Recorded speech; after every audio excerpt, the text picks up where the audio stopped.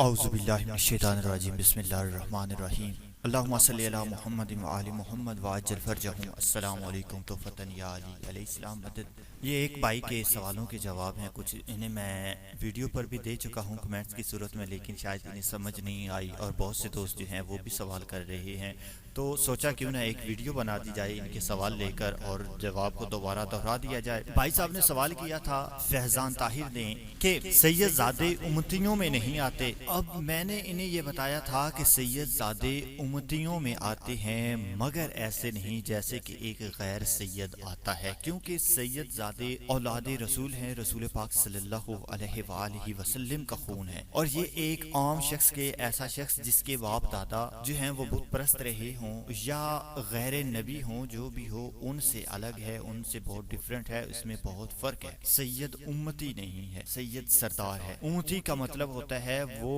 حضرات جو غیر مسلم تھے اور انہوں نے کلمہ حق پڑھا اور ایمان لائے اور نبی پاک صلی اللہ علیہ وآلہ وسلم کے غلام بنے، نبی پاک صلی اللہ علیہ وآلہ وسلم کی اولاد کے غلام بنے، انہیں امتی کہا جاتا ہے۔ اور قرآن پاک میں امت کہا گیا ہے کہ رسول کی امت، تو امت وہ ہے نبی پاک صلی اللہ علیہ وآلہ وسلم کی جو نبی پاک صلی اللہ علیہ وآلہ وسلم پر ایمان لائے، جنہوں نے اپنے باپ دادا کا مذہب چھوڑ دیا ہو، جنہوں نے بت پرستی، آگ پرستی، پانی پرستی، سورج پرستی، چاند پرستی، ستارہ پرستی، یہ سب چھوڑ کر کلمہ حق پڑھا ہو، وہ نبی پاک صلی اللہ علیہ وآلہ وسلم کی امت میں آ جائے گا، وہ نبی پاک صلی اللہ علیہ وآلہ وسلم کا امتی کہلائے گا، وہ نبی پاک صلی اللہ علیہ وآلہ وسلم کا غلام ہوگا، نبی پاک صلی اللہ علیہ وآلہ وسلم کی اولاد کا غلام ہوگا۔ اب آگے چلتے ہیں جناب اس کے، انہوں نے کہا ہے کہ نبی پاک صلی اللہ علیہ وآلہ وسلم کسی مرد کے باپ نہیں ہے، نبی پاک صلی اللہ علیہ وآلہ وسلم کا کوئی بیٹا نہیں ہے۔ اللہ تبارک و تعالیٰ نے قرآن پاک میں کہا ہے کہ نبی مردوں کے باپ نہیں ہے، یعنی نبی کا کوئی بیٹا نہیں ہے، اس لیے کوئی بھی مرد جو ہے وہ سید نہیں ہے، صرف جو عورتیں ہیں وہ سید زادیاں ہیں، لیکن کوئی مرد جو ہے وہ سید نہیں ہے۔ تو بھائی صاحب نے آیت کو شاید پورا پڑھا ہی نہیں، یا آیت اس کی سمجھ میں نہیں آئی، پڑھانے والے نے اسے صحیح طرح سے پڑھایا نہیں ہے کہ آیت میں کن مردوں کا ذکر ہو رہا ہے۔ اللہ تبارک و تعالیٰ سورہ احزاب کی آیت نمبر 33 میں فرما رہا ہے، ما کان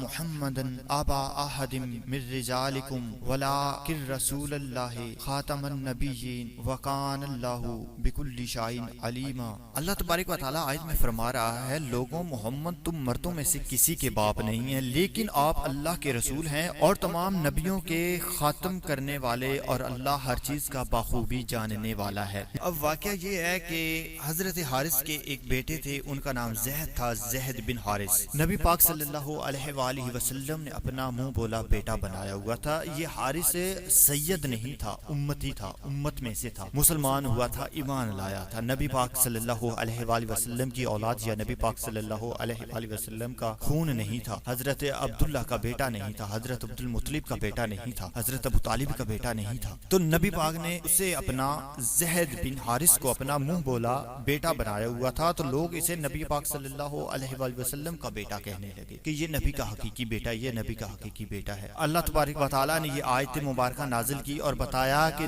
نبی محمد مصطفیٰ صلی اللہ علیہ وآلہ وسلم تم مردوں میں سے کسی کے باپ نہیں، یہ نہیں فرمایا کہ اپنی آل میں سے کسی کے باپ نہیں۔ بھائی صاحب سے گزارش ہے کہ آیت کو جو ہے نا وہ اچھی طرح سمجھ کر پڑھا کریں، ٹھیک ہے؟ پھر آپ لوگ جو ہے وہ آیت دیتے ہو، سورہ احزاب کی آیت نمبر 53 میں اللہ تبارک و تعالیٰ ارشاد فرما رہا ہے، وَمَا كَانَ لَكُمْ أَن تُؤْذُوا رَسُولَ اللَّهِ وَلَا أَن تَنكِحُوا أَزْوَاجَهُ مِن بَعْدِهِ أَبَدًا إِنَّ ذَلِكُمْ كَانَ عِندَ اللَّهِ عَظِيمًا۔ تمہیں یہ جائز نہیں ہے کہ تم رسول اللہ صلی اللہ علیہ وآلہ وسلم کو تکلیف دو، اور نہ تمہیں یہ جائز ہے کہ آپ کے بعد کسی بھی آپ کی بیویوں میں سے نکاح کرو، یاد رکھو اللہ کے نزدیک یہ بہت بڑا گناہ ہے۔ اب یہاں قیامت تک کے لیے اس نکاح کو حرام قرار دے دیا گیا ہے، قیامت تک کے لیے۔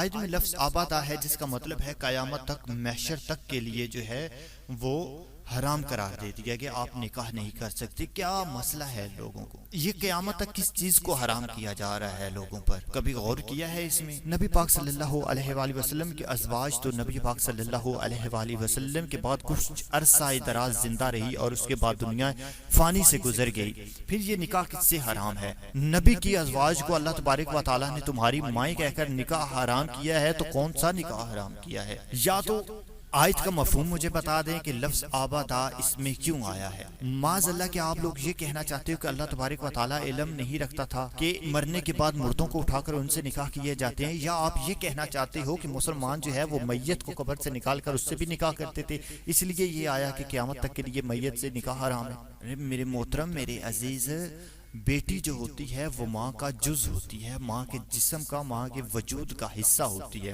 جب آپ پر ماں حرام کر دی گئی ہے تو ماں کی بیٹی آپ پر خود بخود حرام ہو گئی ہے، اس کے لیے الگ سے ذکر کرنے کی ضرورت نہیں ہے۔ ازواج رسول تو قیامت تک زندہ نہیں ہے، مگر رسول اللہ صلی اللہ علیہ وآلہ وسلم کی نواسیاں قیامت تک کے لیے زندہ ہیں اور قیامت تک کے لیے رہیں گی۔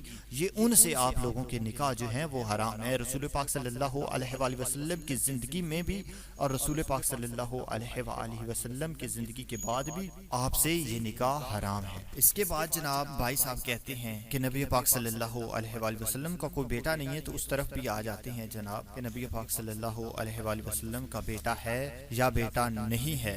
ٹھیک ہے، سورہ ال-عمران، نجران کی یہودیوں سے جب نبی پاک صلی اللہ علیہ وآلہ وسلم نے مباہلہ کرنا چاہا تو اللہ تبارک و تعالی نے کیا ارشاد فرمایا؟ فَمَنْ حَجَّكَ فِيهِ مِنْ بَعْدِ مَا جَاءَكَ مِنَ الْعِلْمِ فَقُلْ تَعَالَوْا نَدْعُوا أَبْنَاءَنَا وَأَبْنَاءَكُمْ وَنِسَاءَنَا وَنِسَاءَكُمْ وَأَنفُسَنَا وَأَنفُسَكُمْ ثُمَّ نَبْتَهِلْ فَنَجْعَلْ لَعْنَةَ اللَّهِ عَلَى الْكَاذِبِينَ۔ اس لیے جو شخص آپ کے پاس اس علم کے آ جانے کے بعد بھی آپ سے اس میں جھگڑے تو آپ کہہ دیجئے کہ آؤ ہم تم اپنے فرزندوں کو اور تم اپنی اپنی عورتوں کو، فرزند کسے کہتے ہیں؟ بیٹے کو کہتے ہیں۔ فرمایا میں اپنے بیٹوں کو، ہم اپنے بیٹوں کو بلاتے ہیں اور تم اپنے بیٹوں کو، ہم اپنی عورتوں کو بلاتے ہیں اور تم اپنی عورتوں کو بلاؤ، ہم اپنی جانوں کو بلاتے ہیں تم اپنی جانوں کو بلاؤ، اور پھر عاجزی کے ساتھ التجا کرتے ہیں اور جھوٹوں پر اللہ تعالیٰ کی لعنت ڈالیں۔ یہ جناب نجران کے تھے، یہودی تھے، ان کے ساتھ یہ جو ہے وہ مباہلہ کرنے کے لیے حاضر ہوئے تھے۔ حضرت عیسیٰ علیہ السلام کے متعلق یہ تھا۔ تو اس میں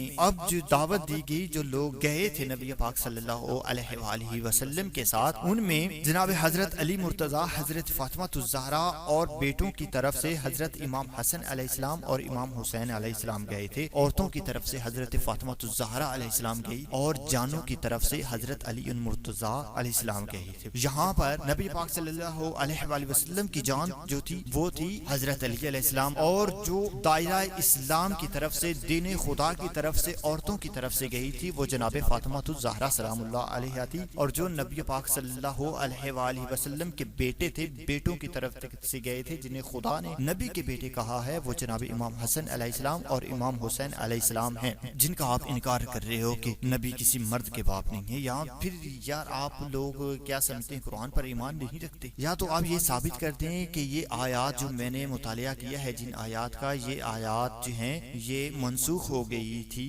اور ان کی صرف تلاوت باقی ہے، تو پھر بھی بات بنے۔ ارے بھائی کیا ہو گیا ہے؟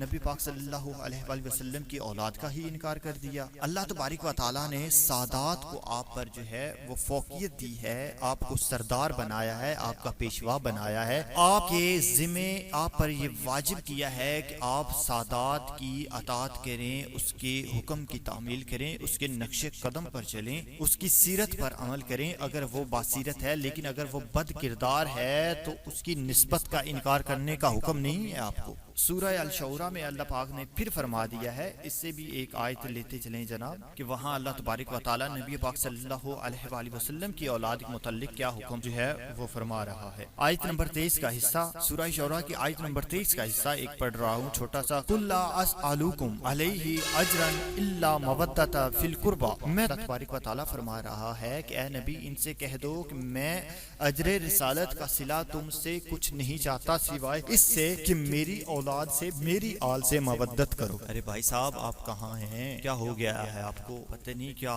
سوچ کر آپ نے میرے کسی بھی کمنٹ کا کسی بھی سوال کا جو ہے وہ جواب نہیں دیا، سوال پر سوال آپ کرتے رہے۔ ارے بھائی محترم میرے عزیز، کچھ تو خیال کریں نا یار، ایسے تو کام نہیں چلتا بھائی، ایسے بھائی بالکل کام نہیں چلتا، کچھ آپ کو خیال کرنا پڑے گا۔ برائے مہربانی آیت پڑھتے ہو تو اسے سمجھا بھی کرو۔ قرآن پاک کی تلاوت کرنا، آیات کا مطالعہ کرنا کوئی فضیلت کی کوئی بڑی بات نہیں ہے۔ قرآن پاک کو حفظ کرنا، اس کی قرأت کرنا کوئی فضیلت کی بات نہیں ہے۔ جب تک قرآن آپ کے حلق سے نہیں اترے گا آپ کو یہ کچھ بھی فائدہ نہیں دے گا۔ جتنی مرضی آپ تلاوت کریں، جتنا مرضی آپ حفظ کر لیں، جب تک یہ آپ کے حلق سے نیچے نہیں اترے گا آپ کو یہ ذرا بھی فائدہ نہیں دے گا، کیونکہ یہ ہدایت ہے مومنین کے لیے، ہر کسی کے لیے ہدایت نہیں ہے، مسلمانوں کے لیے ہدایت نہیں ہے۔ آپ نے نسبت کا انکار کیا تھا جناب، کس لیے نسبت کا انکار کیا؟ حضرت یعقوب علیہ السلام کی 11 بیٹے تھے، 10 بیٹے بد کردار تھے، اپنے ہی بھائی کو جو ہے وہ مارنے کی کوشش کی، بلکہ ایک طرح سے مار ہی ڈالا۔ حضرت یعقوب علیہ السلام نے ان سے منہ موڑ لیا، لیکن وہ حضرت یعقوب علیہ السلام کے بیٹے ہی کہلاتے رہے۔ حضرت یعقوب علیہ السلام نے انکار نہیں کیا کہ یہ میرے بیٹے نہیں ہیں۔ حضرت نوح علیہ السلام کا بیٹا حضرت نوح علیہ السلام کی بیوی بد کردار تھے، مگر آج بھی ان سے انکار نہیں کیا جا سکتا کہ حضرت نوح کی اولاد نہیں تھے، حضرت نوح کے بیٹے نہیں تھے۔ کس طرح سے آپ انکار کرتے؟ جناب آپ کے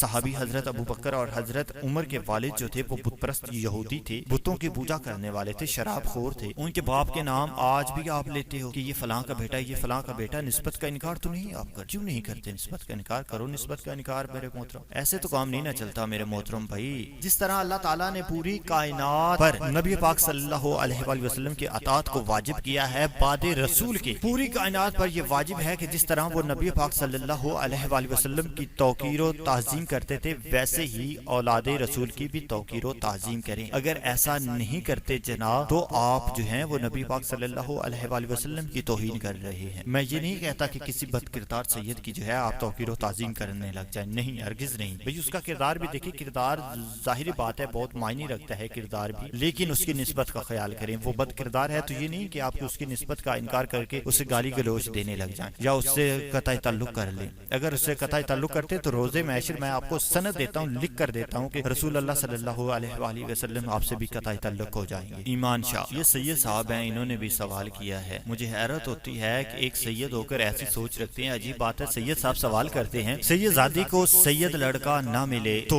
اور سید لڑکی کو نان سید لڑکا پسند آ جائے تو کیا کرنا چاہیے؟ ارے محترم عزیز ایمان شاہ صاحب صاحبہ، پہلی بات تو یہ ہے کہ اگر آپ کو پانی نہ ملے اور آپ کو پیاس لگی ہو، آپ کے پاس شراب جو ہے وہ آپ کو آسانی سے ملے، تو کیا شراب پینے کی اسلام آپ کو اجازت دیتا ہے؟ یا آپ کے پاس پانی نہیں ہے، کوئی حرام چیز ایسی پڑی ہے جو پینے والی ہے، تو کیا آپ اسلام اسے پینے کی اجازت آپ کو دیتا ہے؟ آپ کے پاس پانی اور شراب دونوں دستیاب ہیں اور آپ کو شراب پینا پسند ہے، تو کیا پانی چھوڑ کر آپ شراب پینا پسند کریں گے؟ یہ کس طرح کے سوال لے کر آپ جو پسند ہے تو یہ کریں، پسند ہے تو وہ کریں۔ کیا خدا نے آپ کو خلق اس لیے کیا ہے کہ عشق بازیاں کرتے رہیں دنیا میں جا کر؟ انسان کو خلق کرنے کا مقصد کیا ہے؟ کبھی آپ نے غور و فکر کیا ہے؟ اس دنیا داری کے دلداری سے باہر نکل آئیں سید محترم صاحب، اس دلداری سے باہر نکلیں، اس نفسا نفسی کی محبت سے باہر نکلیں۔ انسان کو خلق اس لیے نہیں کیا گیا کہ وہ آ کر یہاں پر تعلیم حاصل کرے، اعلیٰ ڈگریاں لے، بچے پیدا کرے، شادیاں کرے اور بس مر گیا، کھپ گیا، چلا گیا۔ اللہ تعالیٰ نے کچھ ڈیوٹی لگائی ہے، کچھ کام سر پر لگائے ہیں، وہ کرو محترم۔ اللہ تبارک و تعالیٰ نے بار بار قرآن پاک میں فرمایا کہ غور و فکر کرو، غور و فکر کرو، ماں کی گود سے لے کر قبر تک علم حاصل کرو۔ نبی پاک صلی اللہ علیہ وآلہ وسلم نے بھی فرما دیا، اور آپ لوگ عشق بازیوں میں لگے ہوئے ہو۔ آپ کو سور کا گوشت کھانا پسند ہے تو کیا آپ حلال گوشت چھوڑ کر خود سور کا